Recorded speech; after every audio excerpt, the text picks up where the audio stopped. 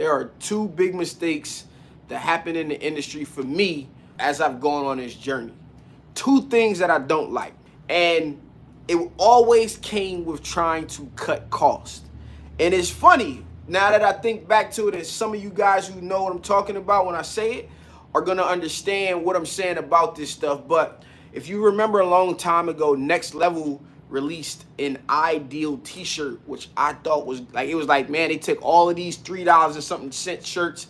They gonna give you a nice quality shirt for $2, right? They made it $1.99 and they dropped these ideal t-shirts for women first. They didn't have men's, and I think eventually they came out with men's, but they dropped it for women. And this was, I don't know what the model number is with the ideal t-shirt, but this was the cheaper version in our minds of the 3900, okay?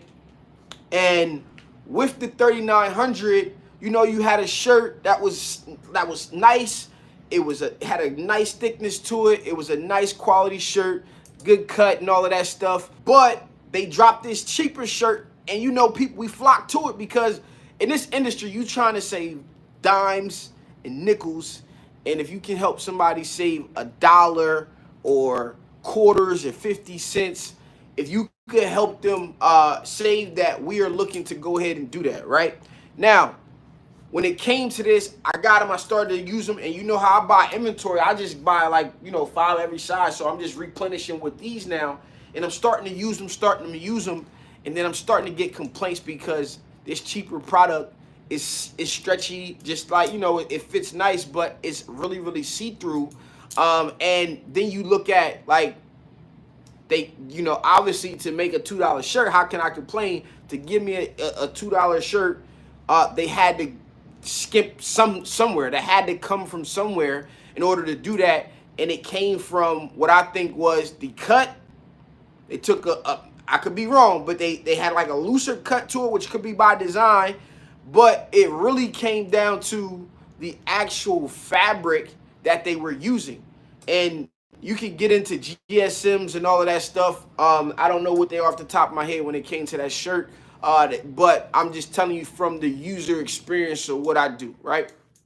The second thing that I didn't like was when I found out about 15-cent transfers and cheap transfers in general. I was using them, but I felt like the quality of what was going out didn't match. You know, if I'm printing, you know, a yellow transfer on a black shirt and I'm printing it on there for something, you can see fibers coming through, right? You can see the shirt color coming through, because when you paying for that, them companies are not making money off the 15-cent transfer. They are designed for you to make money, which is awesome and great. But I think that cheap price comes at a sacrifice of quality that over time, in the beginning, cool.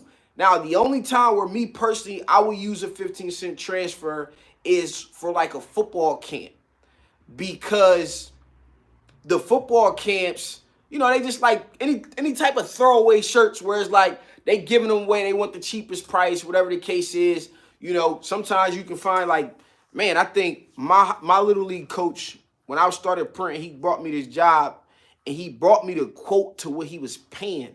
And the youth shirts were like $3.89. And he bought a ton of shirts for his football organization and the other organizations that he ran. It was a ton of shirts. Them things were like $3.85 if I'm thinking back for the youth, and then like $4.85 for the adults. So you can get some really cheap prices. So when I'm in that situation, I screen printed those one year, but then one year I got away from screen printing and I did them with heat pressing, right? So when I was doing those small, you know, those cheaper priced, you know, jobs like that, then I would use them. But when it came to something that, like, I'm doing stuff for people, businesses, I'm doing stuff for schools, for brands, like stuff that actually, I think, in my opinion, where I say it mattered, right? Where I'm trying to deliver a quality product, you know, and that's why, you know, when I first started doing custom shirts, I was using Gildan all day long, right? I was using Gildan all day long, and I'm making custom shirts.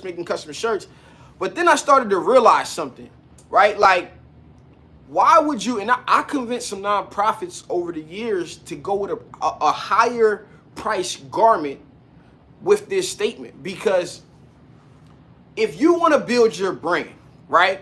If you want to build something that is actually worth something to people and not something that they just going to wear in the house, why wouldn't you give them a quality shirt that they're going to wear out? So let's say you run a nonprofit helping convicted felons out of prison do something, right? Do something positive.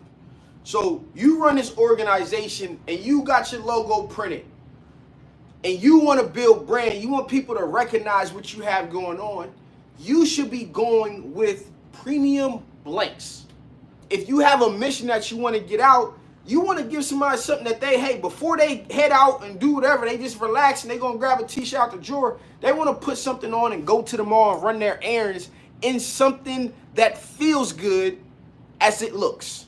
When it feels as good as it looks, you in the win, because now they going to wear that shirt out feeling good, looking good, logo front, center, and prominent, and it's right there on their chest, and they going to wear it to the mall and they going to walk around and your logo is going to be seen amongst people. You feel what I'm saying? That is important. And if you don't value it, then you can go with the cheapest option, but they probably going to wear it around the house cleaning up. Wear it around the house cleaning up. Before they get in the bed, they taking that thing off so they can relax. You know what I'm saying?